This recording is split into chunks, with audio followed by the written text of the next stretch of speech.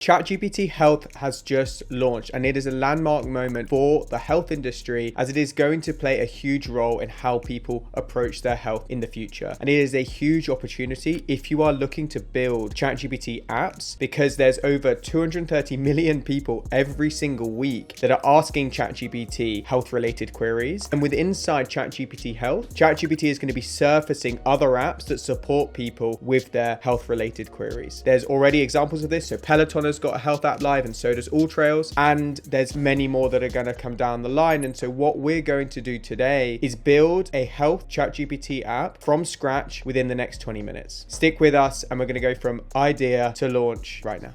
So before we get started on building the ChatGPT app, just to give a quick update on what's been released. So we now have what's called ChatGPT Health. It was announced just yesterday. We're recording on the 8th of January. And in short, what this means is that now you can go to ChatGPT and have a specific health section. And in there, you can ask specific health related queries. Now, what's interesting about this is because there's a number of things that you can do in there, and we'll go through that, including medical records, apps. What's also interesting is just some of the facts as to why they launched this, because it's obviously their first sort of verticalized offering. And the main reason is that a lot of people use ChatGPT for health. So they're getting every week, and I'm just getting up the stats now, it's 230 million people globally are asking health questions weekly, and then 40 million are asking them daily. And more than 5% of ChatGPT's overall messages are about health, and that's globally as well. And then in 10 conversations happen actually outside of clinic hours, highlighting that there's clearly a need for this beyond what the current system in really any country is offering. There is a huge demand for this personalized healthcare in this chat response, and they really recognize that. And I think the key here is they're sort of thinking, well, how can we actually make this a more targeted experience, a better experience? And so what they're now doing is they are getting you to be able to add in your medical records, and you can also sync other health data. We might track on Apple Health. That's there at the moment. I use things like Garmin and Strava and lots of these kind of apps. And so you're going to have just Apple Health at the beginning, but then you're going to increasingly have, things like Whoop and Garmin integrate as well. And what's also really cool is they are bringing in functions so you can ask it specific stuff, which is repeatable, but increasingly they're also bringing in apps. And this is where it gets very exciting. So they've just had 2 new apps that have been launched, which is MyFitnessPal and Weight Watchers, which are specific apps. But then also they've got other sort of health related apps, which are things like All Trails for finding hikes, Instacart if you take a recipe, convert it into actually shopping for it, and then Peloton as well, which is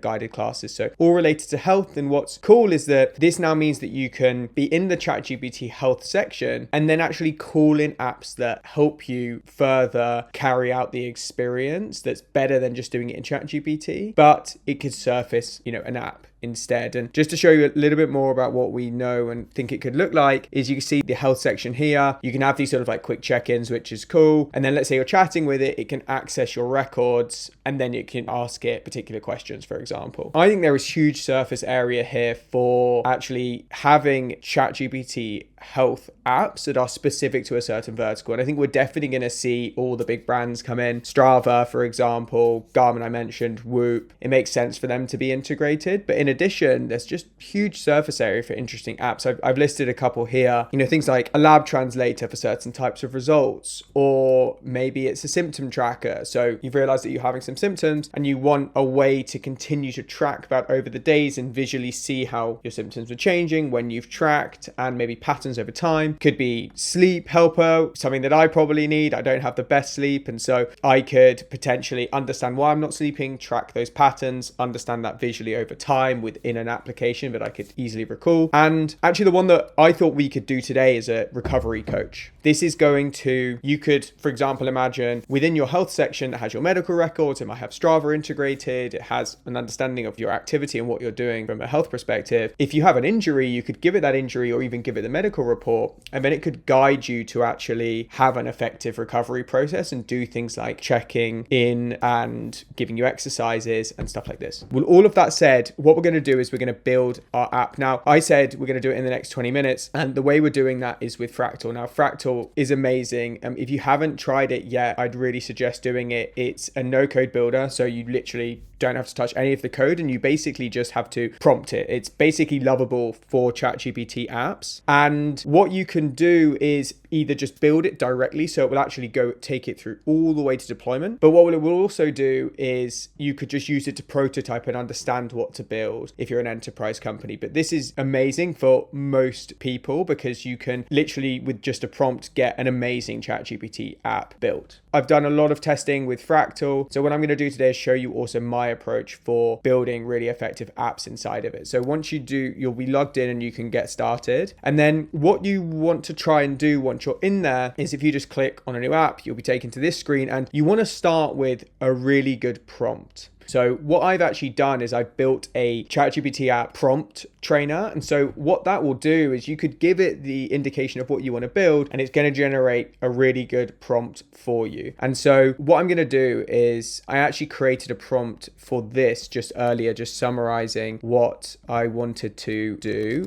And I'm just going to pop it in here. And so if I just read out the beginning, which looks a lot simpler, there's basically two sections that I like to do here. One is make sure that it understands the core app. And then the second thing is to make sure that it's designed really well. What I do is I would basically just describe what I want. So I want a Recovery Coach app. I want it to basically give an overview of an injury or a surgery that someone's had, or it could use. So I want people to be able to give an overview of the injury or surgery they've had or any official documentation from the doctor. And then I want them to guide them through that injury process. So it should mainly surface exercises, and it should allow you to check them off, and then you should get reminders. What I also wanted to mention is, you have to build this in the best way possible that suits ChatGPT. The difference here is that ChatGPT apps are a new interface. They're different from web apps, they're different from mobile apps, and they are intent and prompt based. So you have to think about them differently in the way that you design them, because they aren't meant to be this super rich UI. They're supposed to serve, almost imagine them as like a feature popping up for every time that a prompt goes in.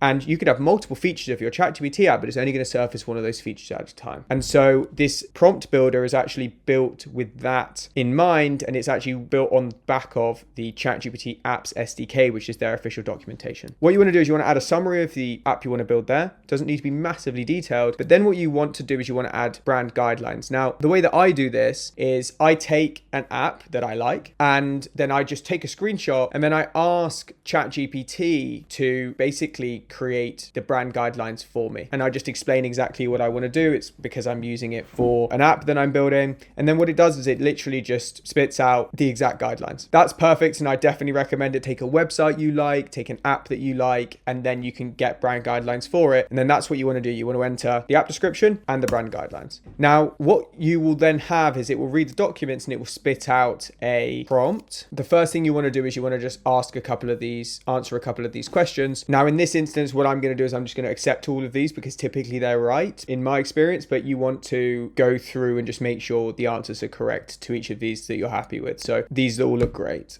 It asks those clarifying questions, and then it's going to come up with the full prompt now. And what's amazing is that it's obviously written in a way that it really understands the application. It's also written in mind to be used for these no-code builders of ChatGPT apps, exactly like Fractal. So Fractal is going to really well understand exactly what to do, and it's built with the kind of like ChatGPT app mindset already in place. You can see here like conversation starters, it's already thinking about that, which is really good. What I'm going to do, and you can see great, it's got the UX component, which is awesome, and everything perfect. So what I'm then going to do is I'm just going to copy this, and I actually sometimes what it might be worth doing is I actually want to include the really specific brand guidelines. So it's included the UX piece, but what I'm going to do is I'm going to actually copy this prompt, and then I'm going to also include those brand guidelines at the bottom. Great. Okay, so let me just copy this.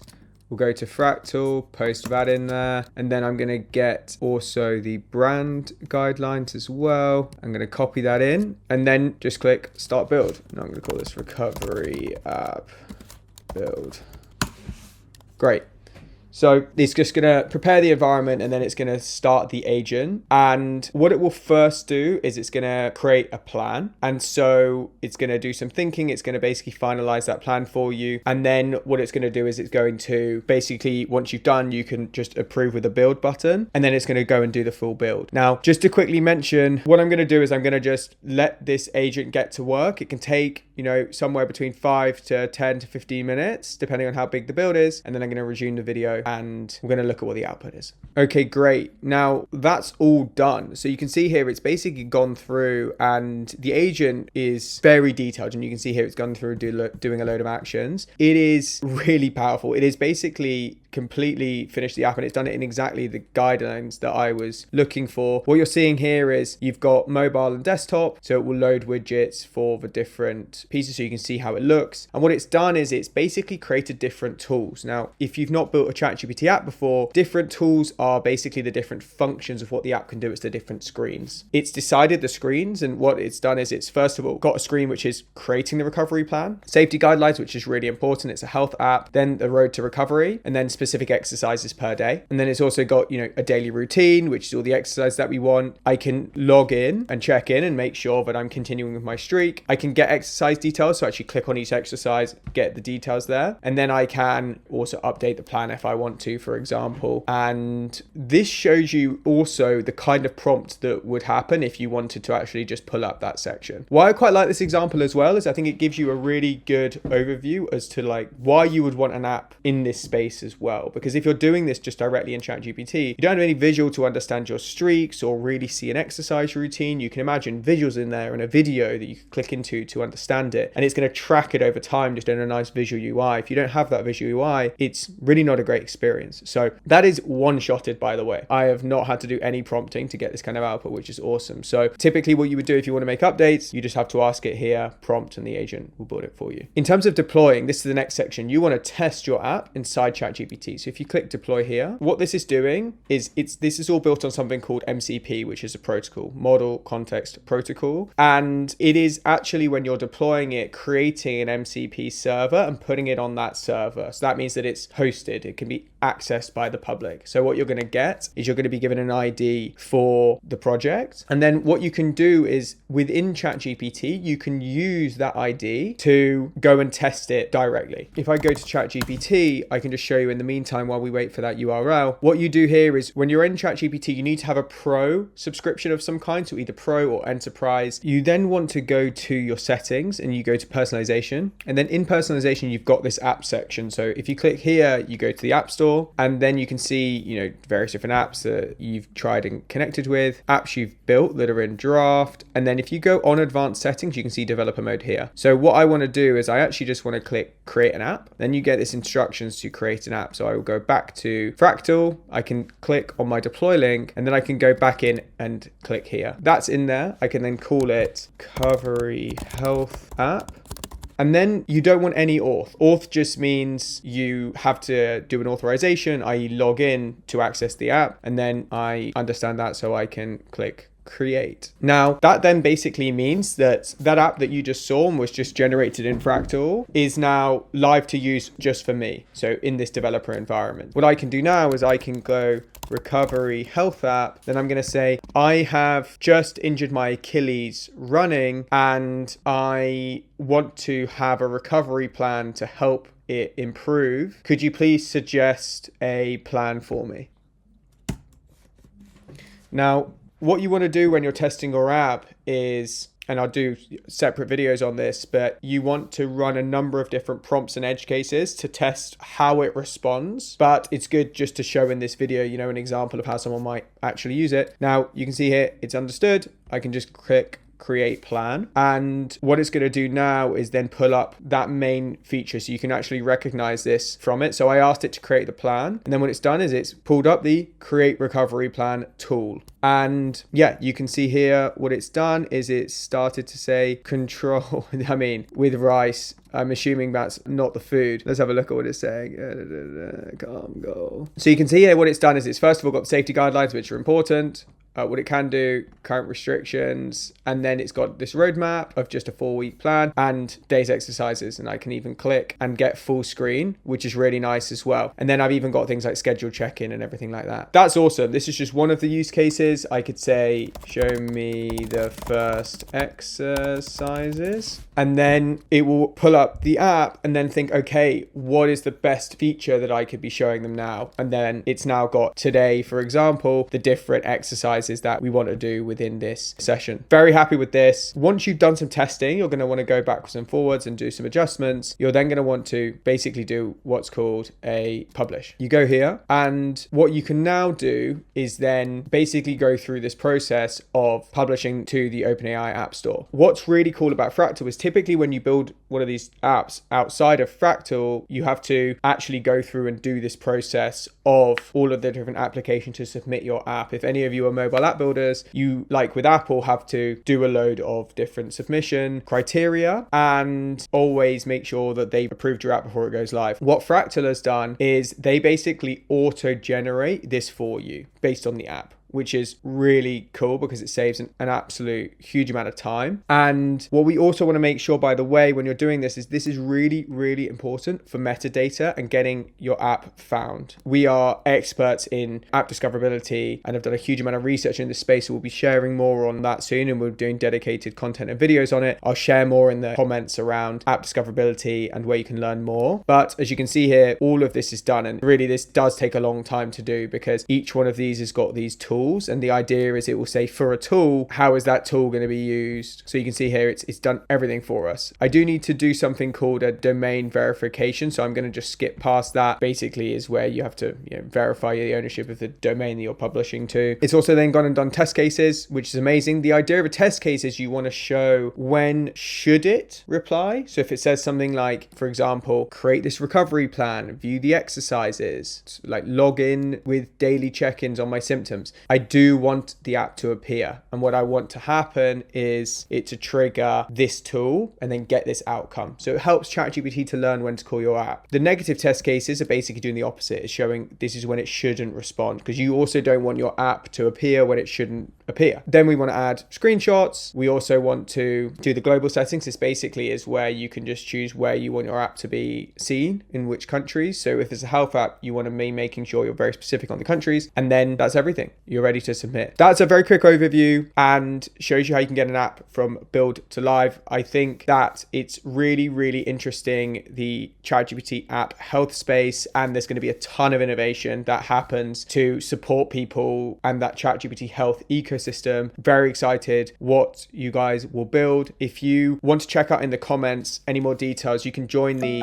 apps on chatgpt.com community, and we've got a Discord in there, ChatGPT app builders that are building, asking questions. And then you can also check out the appsdiscoverability.com website if you want to learn more about how to get your ChatGPT app discovered as well. And we've been working, by the way, we'll also share it in the comments. Fractal are offering right now a 20% off code. So if you do want to build with Fractal, you can get a discount. All you need to do is just apply the code at checkout, and you can get that in the comments as well.